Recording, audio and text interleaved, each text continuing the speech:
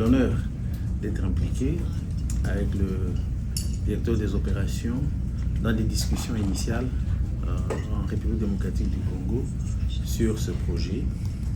Mais donc pour nous aujourd'hui, être autour de cette table est une très grande avancée pour ce projet qui suscite énormément d'espoir au niveau de nos populations et dans la région, puisque comme vous le savez bien, la demande en énergie est régionale, elle est continentale et même globale.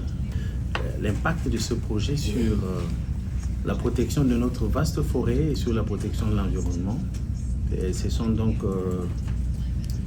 des avantages et des éléments qui renforcent la nécessité d'avancer et de mener à bon port ce projet. Nous avons besoin d'améliorer l'efficience de la gestion des ressources financières et à cet effet, nous sommes impliqués depuis quelque temps dans une série de réformes pour préparer les cadres réglementaires et institutionnels adéquats pour la mise en œuvre du projet Grand Inga.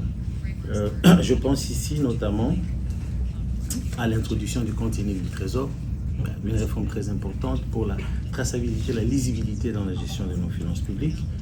Au niveau des marchés publics, nous avons pris des décrets qui exigent le mode électronique dans la passation de ces marchés publics pour plus de transparence, pour la réduction des délais, ce qui est important pour des vastes projets tels que Inga. Il est important que les systèmes de passation de marchés publics soient efficients en termes de délais, mais aussi en termes de remontée des statistiques. Deuxième pilier des réformes, il est important pour permettre aux nationaux de tirer profit, n'est-ce pas, de ce vaste projet, pour améliorer l'environnement du climat des affaires, parce qu'il y aura énormément d'activités économiques autour de ce projet.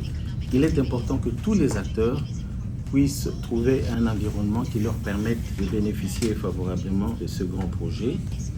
Il était DGA de la SNEL et il y a la Régie des eaux. Ce sont des piliers du secteur de l'eau et de l'électricité dans notre pays.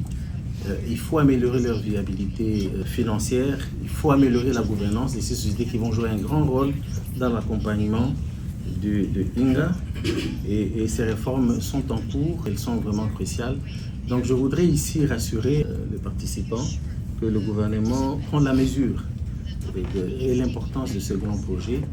Et du côté réforme, nous sommes engagés à avancer. Et du point de vue budgétaire, pour nous, ça va représenter d'énormes ressources budgétaires à capter. Il est important de reconnaître que l'AFDB était là dès le départ. On a fait l'étude de faisabilité et je me réjouis du fait que les deux grands acteurs, je considère les deux grands acteurs, se retrouvent autour de cette table pour nous permettre d'avancer dans ces projets importants.